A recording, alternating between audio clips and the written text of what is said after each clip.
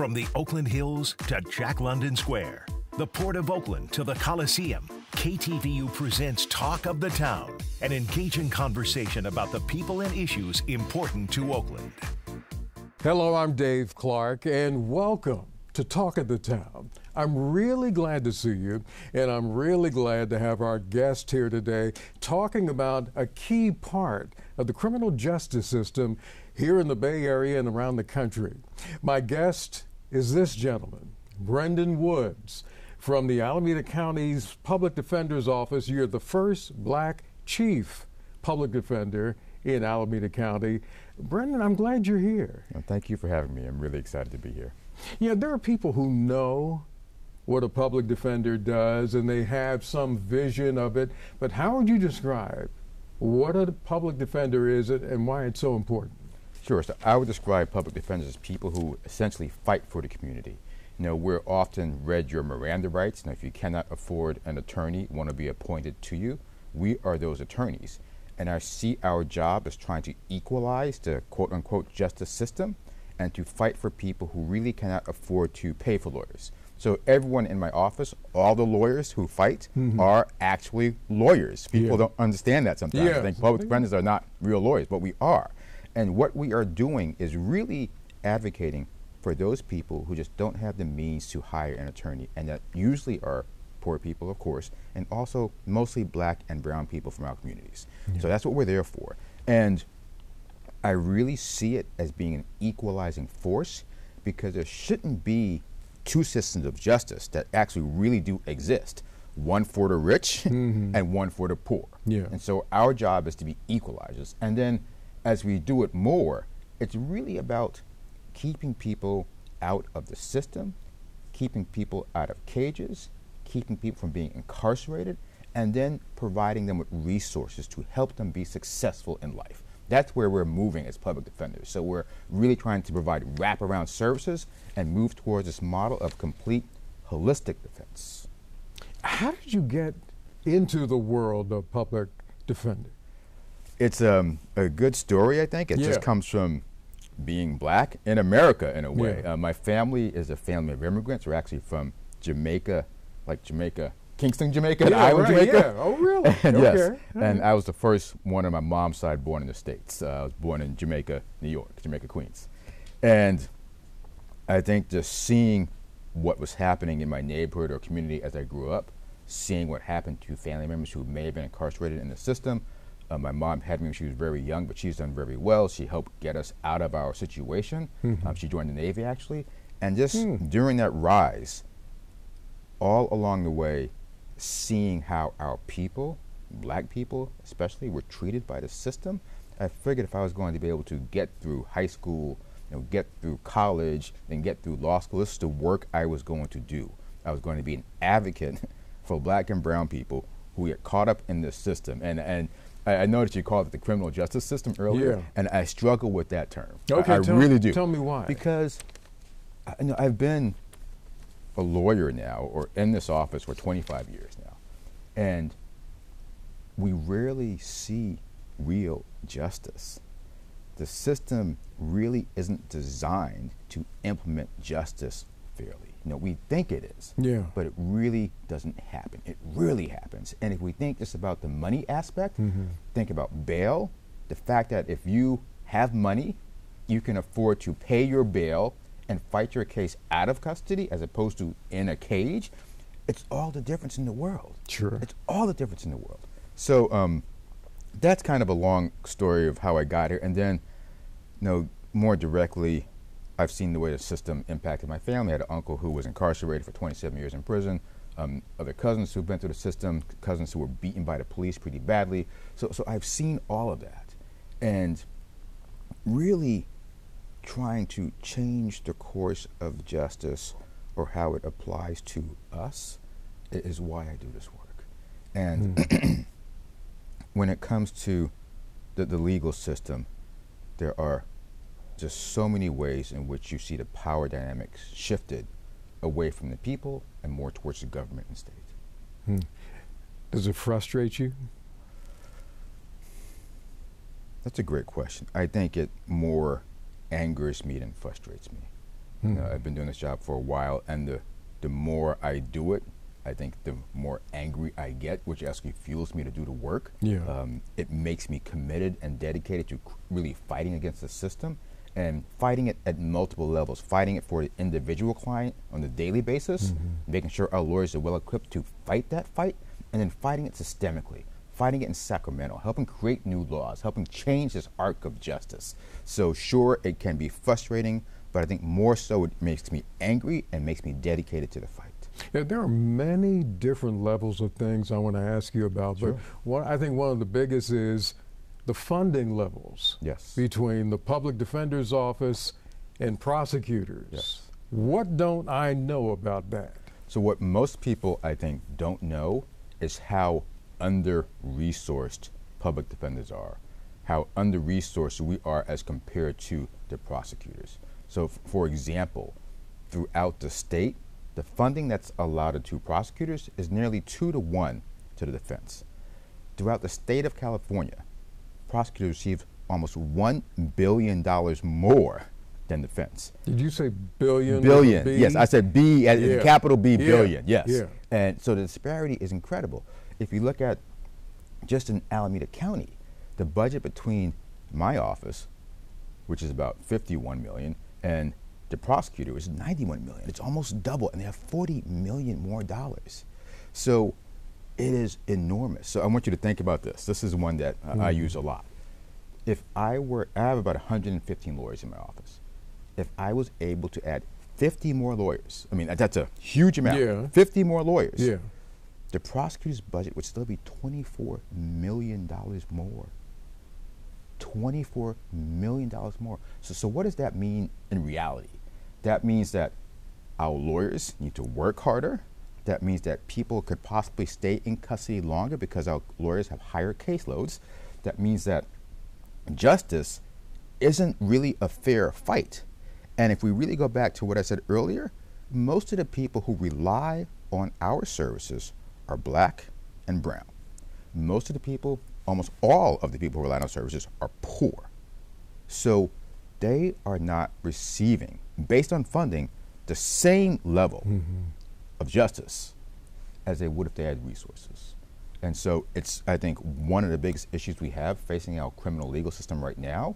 It is just, it's devastating to think about. And we actually, in some ways, are doing better than a lot of offices throughout the state. Now, we have social workers, we have a clean slate unit, we have a post-conviction unit, we have an immigration unit. We have lots of units that are fighting the fight, but we aren't doing anything near as what we could with the funding. So if we had more funding, we could be helping impact the laws. We could be doing more on the legislative front. We could do more about changing the narrative around crime, because one reason how we got here is because think about every TV show you watch right now. Almost every TV show is about law and order and policing. And that's by design. It's by design, because by doing that, we create a system of fear. We create this system that is about retaliation and punishment and incarceration, as opposed to solutions, as about getting to the deep reason, the root with regards to why people are committing these crimes. Wow. Couple of things. One of the things I asked you in the beginning, if Governor Gavin Newsom was sitting in this chair instead of me, what would you be telling him? I was like, yo, Gav, what's up? No. Hey! I would say, Gavin, we've got a crisis here when it comes to public defense. Public defense, the right to counsel, is guaranteed by the Constitution, the United States Constitution and the California Constitution, and we are not resourcing or funding it properly. I would say, Gavin, in your recent budget, you made a decision to cut $50 million from a public defense grant.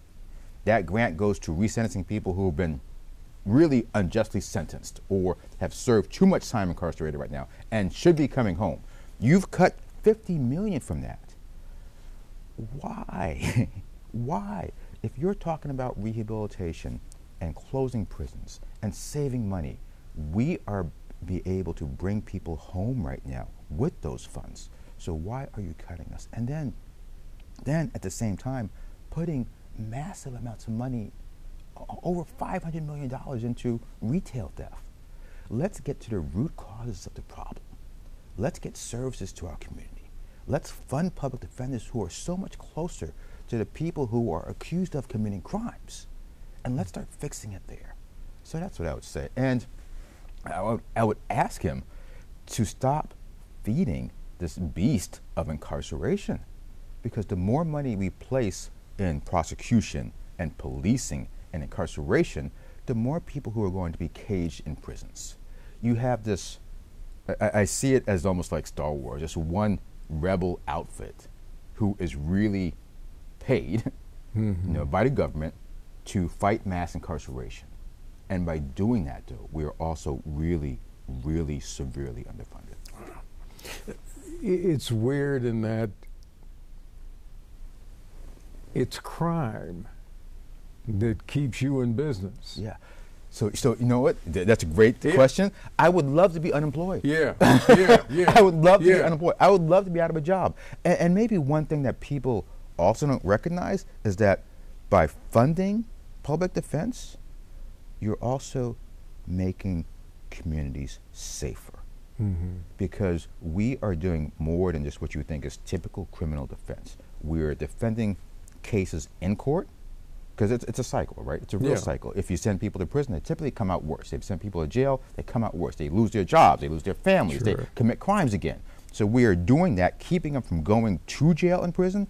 And then we've got resources, some, not enough, but some that are really focused on the root causes. I mentioned social workers. Yeah. You know, we started with our social work program, I think in 2013. We hired 4, we're now up to 12. What they do is help connect our clients to services, to programs, to treatment. They help with their mental health. They're doing all these things to keep people from coming back into the system. They're finding programs in lieu of incarceration, in lieu of sending people to jail. And when they're intervening, the rate of recidivism is extremely low. The people they help do not commit crimes again. It is the same for our Clean Slate program. They're getting convictions off people's records and helping them to get jobs. I think there's a saying, like, nothing stops a bullet like a job, right? So there's so much work that we can be doing, that we are doing to keep our communities safer, but it's not funded at the rate we need to be. The Juvenile Miranda situation. Yes. Explain your concerns. Sure. And your passion about this. Sure. So let me back up a little bit. So juveniles, young adults, before, as we know, the science has shown now, they are not able to really make rational decisions. They're not. And they don't understand the Miranda rights when they're read to them by police officers in the field. And then there's also this coercive. And the Miranda rights are the right to remain silent. Sure, you have the right to remain silent, you have the right to an attorney. Exactly. The rights that are read to you before you are interrogated by a police officer. And police officers are of course trained to ask certain questions, to trick people into making admissions and so forth. And that's just different for someone who's 16, 15 when they're going through that process. Classic examples of Central Park 5, right? That's a classic example. So think about if those kids at the time were able to have attorneys talk to them about their Miranda rights at the time, they would complete the situation, situation. So it is important to me because a few years ago, this law was passed that allowed people under 16, now under 18, to consult with a lawyer, to talk to a lawyer from our office before they were actually questioned by the police. So that's a great law. So they got to get advice from us. So they make sure that they really understood their Miranda rights before they decided to give a statement. One thing that was happening in some police departments is the police officer would call us, allow us to speak to the minor. We'd say, okay, the kid is going to now assert their rights. And they'd say, okay, thank you, hang up the phone. Really? Yes, really. And so a much better practice would be to, okay, we're on the phone, read the kid his rights right now so we can listen to make sure they're invoked properly. Okay, that's what we were asking for. And the police departments just weren't doing it. They were being rude, hanging up. They were then having the kids sit in the room for a couple of hours. Stew, and then come back and question them later. And then some kids were like, and then whatever. Yes. Yeah. Yes. So we really pushed hard to get departments to change that practice, primarily Oakland Police Department. They were the ones who were doing it the worst at first. Okay. They've changed their practice. It took some time. It Yeah. took 2 police chiefs to get Yeah, it done. yeah. It took us going to the police commission to get it done. Yeah. Really being forceful and advocating for it, but they changed their practice. And now it's occurring in Alameda, some in Fremont. It occurred in Berkeley recently. So now we're having to correct it in these other places. The good thing is our new DA is also on our side. The presiding judge, the juvenile presiding judge in Alameda County, thinks that what they're doing is improper, thinks we have a best practice with regards to how we're doing it. So we're going to be able to fix all those issues in those departments very soon. Okay. Now, I know it's just beginning, but talk about the interaction at this point with the new district attorney. Yeah, it's brand new. It's brand new. We've had some interaction. We're talking about Pamela Price. Yes, Pamela Price. Yeah. She was just elected. She just started in January. Yeah.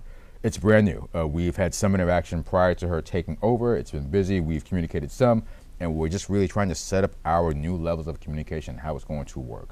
Anticipate we'll be having monthly meetings to figure out ways in which we can work together, and sometimes we won't be able to work together. That's part of our role. Yeah. She's the prosecutor, I'm the defender, and so we'll find common ground. I think there are ways in which we can really begin to get people in the system more services, create more diversion programs, create more opportunities where we are able to expand treatment options for people. Yeah. I think we can really focus on that and bring the carceral population down and direct more people into services and really end that cycle of people going to jail over and over again. And there's some real difficult issues to tackle. There's gun violence in Oakland. There's homelessness. There's mental health. Yeah.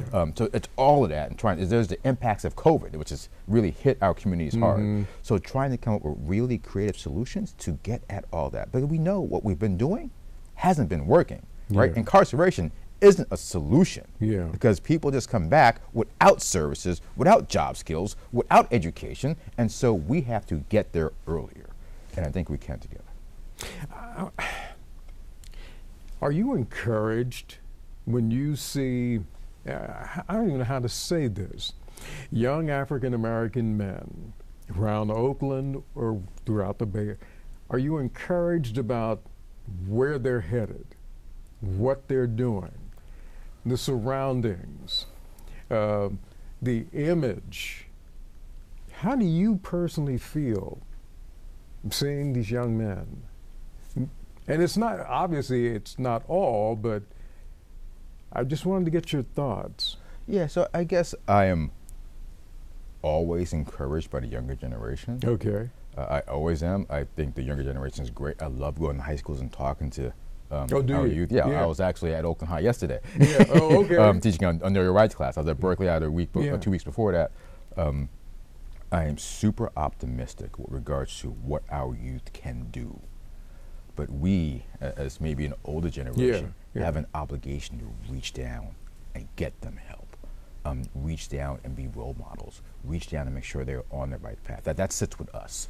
And we have to constantly be looking for solutions and ways to address them and ways to get them engaged, whether it be socially, whether it be educationally, whether it be economically. We have to figure that out. Yeah. And you know, I personally love talking to young people.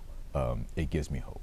It gives me hope, and we just got to be better about connecting and giving them hope. Young men and young women. Yes, yes.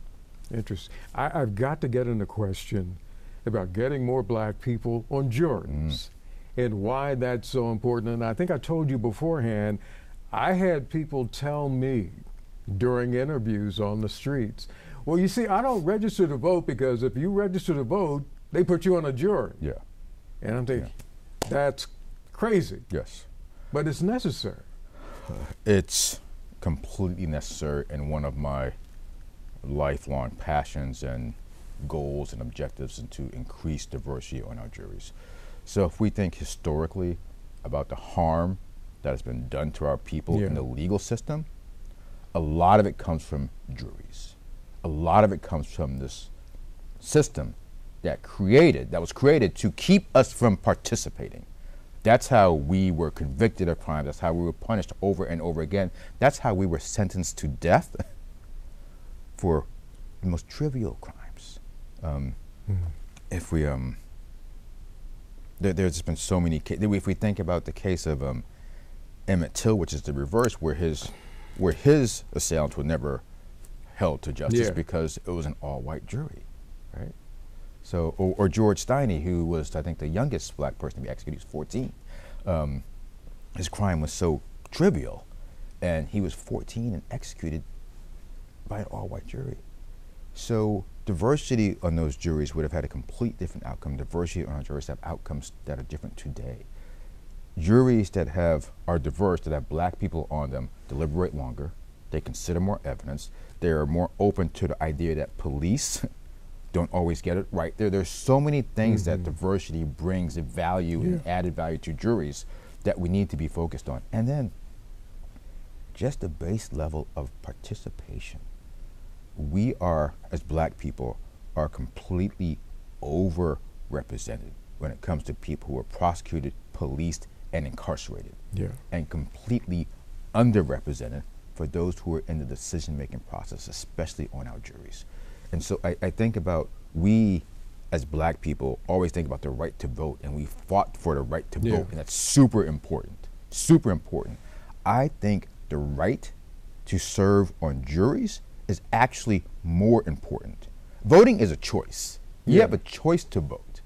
You don't have a choice to serve on jury duty. You are compelled to serve. You are summoned to come to court. That is how important it is. And in 2020, think about this. We were all on the streets protesting racial injustice. We were all there. We had our signs. During the pandemic, we were out in force, okay, talking about racial injustice. Now we're not protesting as much anymore. That's kind of gone to the wayside. But if you want to have a real impact on this legal system, if you want to have a real impact on someone's life immediately, real time, right then and there, to create some sort of justice, show up for jury duty. That is an impact. And people don't realize how that impact changes justice overall. So if prosecutors walk in and think, I can get convictions in any case, that increases the punishment, it increases the bad laws, it changes justice, which harms us. If they know they have to prove their case, really prove their case to get a conviction, it changes everything. It makes officers better. It makes them more accountable. It holds police officers accountable for what they're doing. It changes everything. So I really can't understate the importance, the real importance of having black people serve as jurors. We're going to start to wind down, but it's so fascinating getting your perspective. And I always say, no matter what strata of life we're in, our flavor is needed in the process, and you prove just that. Well, looking ahead, what else do you want to do? Like within a 5 years, I know we can talk forever, but I mean, in your heart of hearts, I know you want more funding and things like that, but a magic wand, what do you want? What do we need here in the Bay Area?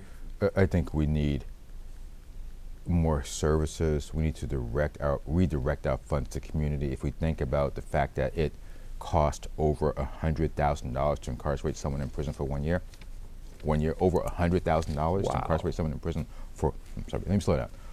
Over $100,000 to incarcerate one person in prison for 1 year.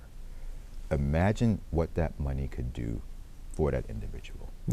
Whether it be college, whether it be housing, whether it be job skills.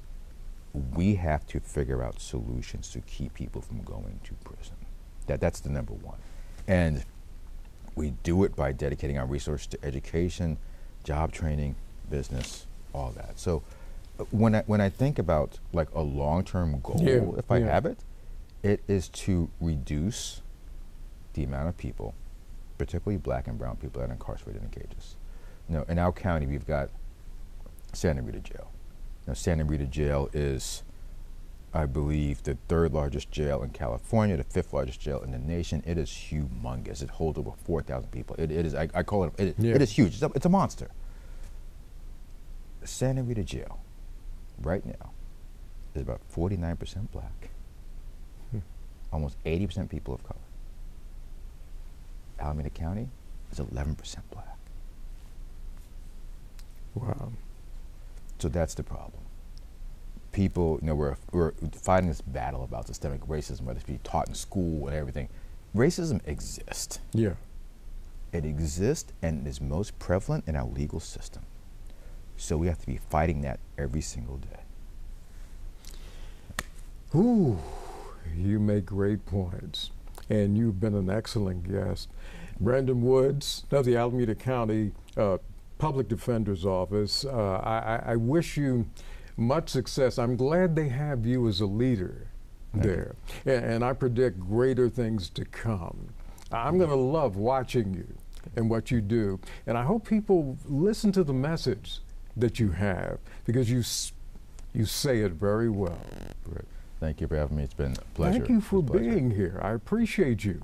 And I thank you for watching. And we'll see you next time on Talk of the Town.